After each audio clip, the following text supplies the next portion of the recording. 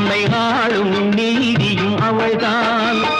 அகந்தையை அழிப்பாள், ஆற்றலை கொடுப்பாள், அவள்தான் அன்னை மகாசக்தி. அகந்தையை அழிப்பாள், ஆற்றலை கொடுப்பாள், அவள்தான் அன்னை மகாசக்தி. அந்த தாயில்லாமல்